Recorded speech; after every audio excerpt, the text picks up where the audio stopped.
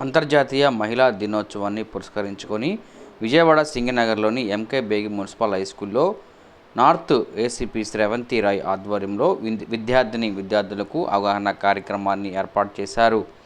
ఈ సందర్భంగా నేర నియంత్రణ అవగాహన కార్యక్రమాన్ని ద్వారా డిస్ప్లే ద్వారా విద్యార్థులకు చలనచిత్రం ద్వారా కొన్ని చిత్రాలను చూపించారు. అయితే సమాజంలో జరుగుతున్న కొన్ని విషయాల పట్ల ప్రజలందరూ అప్రమత్తంగా ఉండే విధంగా, అదేవిధంగా ఎక్కడైనా సమస్య అనేది కనబడితే తక్షణమే డెవలప్మెంటు సమాచారం అందించే విధంగా ఉండాలని సందర్భంగా ఏసీపీ తెలియజేశారు. అదేవిధంగా అంతర్జాతీయ మహిళా దినోత్సవాన్ని పురస్కరించుకొని మహిళలందరూ ముందు అంజలో ఉన్నారని, రాష్ట్ర ప్రభుత్వం కూడా మహిళలకు పెద్దపీట వేస్తుందని తెలియజేశారు. మహిళలు అన్ని రంగంలో ముందు ఉన్నారని, సమాజంలో అందరూ సమానమే అని ఏసీపీ శ్రవంతి రాయ్ తెలియజేశారు.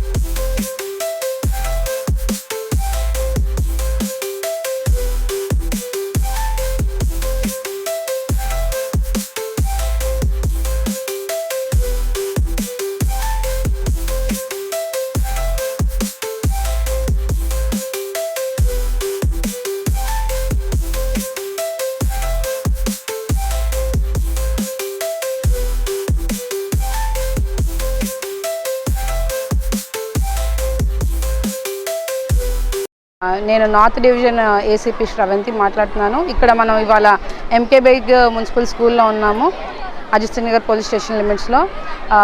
మార్చి 8వ తారీఖు అంతర్జాతీయ మహిళా దినోత్సవ సందర్భంగా మార్చి 1 నుంచి మహిళా వారోత్సవాలు చేస్తున్నాము పోలీస్ డిపార్ట్మెంట్ వారు.